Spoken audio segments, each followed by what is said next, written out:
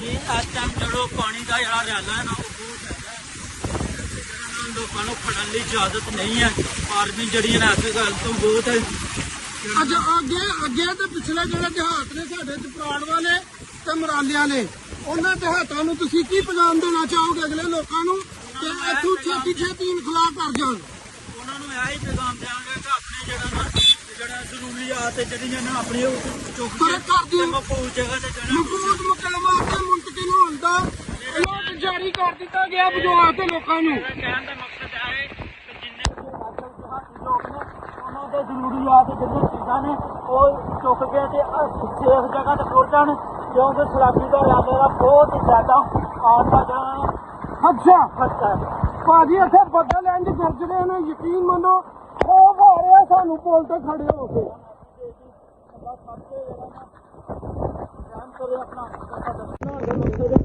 ਜਿਹੜੇ ਲੋਕ ਉੱਥੋਂ ਆ ਰਹੇ ਨਾ ਤਾਜਪੁਰ ਤੋਂ ਅੱਗੇ ਆ ਕੇ ਫਿਰ ਮੁੰਡੇ ਨੇ ਮਜ਼ੀਦ ਉਹਨਾਂ ਦੇ ਗੁਜ਼ਾਰਿਸ਼ ਹੈ ਕਿ ਦੁਬਾਰਾ ਜਿਹੜੇ ਨਾ ਇੱਥੇ ਆ ਕੇ ਵਾਪਸ ਨਾ ਜਾਣ, ਵਾਪਸ ਨਿਕਲ ਕੇ ਉੱਧਰ ਨੂੰ ਵਾਪਸ ਜਾਣ, ਇੱਥੇ ਨਾ ਆਉਣ, ਕਿਉਂਕਿ ਇਹਨੂੰ ਵੀ ਤਰੇੜ ਪੈ ਗਈ ਹੈ ਇਸ ਰਸਤੇ ਨੂੰ। ਤੇ ਫਿਰ ਕਹਿੰਦੇ ਤੁਸੀਂ ਉੱਧਰ ਹੀ ਰਹੋ, ਪਾਣੀ ਦਾ ਰਾਨਾ ਵੱਧ ਰਿਹਾ, ਅੱਗੇ ਉਹ ਨਿਕਲੇ ਹਾਂ ਤੇ ਪਾਣੀ ਮੱਛੀ ਦਾ ਪਾਣੀ ਆ ਗਿਆ ਕਿਉਂ ਰਸਤਾ ਟੁੱਟਣ ਦੇ ਕਾਰਨ ਹੈ ਨਹੀਂ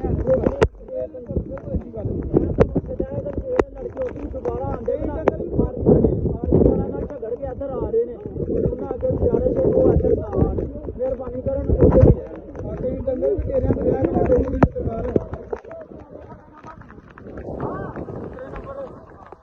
ਖਰਾਬ ਹੋ ਗਿਆ।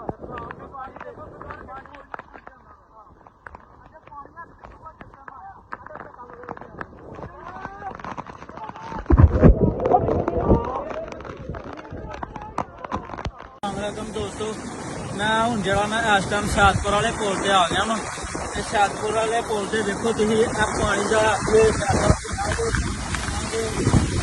ਇੰਨਾ ਕਿ ਇਸ ਟਾਈਮ ਕੋਕ ਆ ਰਿਹਾ ਕਿਉਂਕਿ 1 ਕਿਲੋਮੀਟਰ ਹੈ ਜੀ ਚੌੜਾਈ ਦੇ ਇਸ ਟਾਈਮ।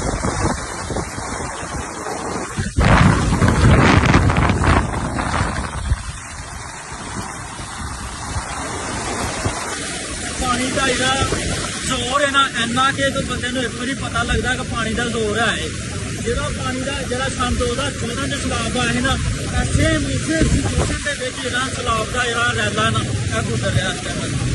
ਤੇ ਮੈਂ ਜਿਹੜਾ ਪਿੰਡ ਜਾਣਾ ਸੀ, ਪਿੰਡ ਵੀ ਨਹੀਂ ਜਾਣ ਹੋਣਾ ਕਿਉਂਕਿ ਅੱਗੇ ਜਿਹੜਾ ਨਾ ਆਰਮੀ ਨੇ ਰਸਤਾ ਬੰਦ ਕਰ ਦਿੱਤਾ। ਆਰਮੀ ਨੇ ਕੀ ਕਰਨਾ, ਪਾਣੀ ਦਾ ਸਲਾਬ ਜਿਹੜਾ ਨਾ ਰਸਤੇ ਨੂੰ ਗੁਜ਼ਰ ਰਿਹਾ, ਜਿਸ ਸੇਮ ਇਸ ਤਰ੍ਹਾਂ ਹੀ ਗੁਜ਼ਰ ਰਿਹਾ ਜਿਸ ਤਰ੍ਹਾਂ ਇਸ ਟਾਈਮ ਗੁਜ਼ਰ ਰਿਹਾ।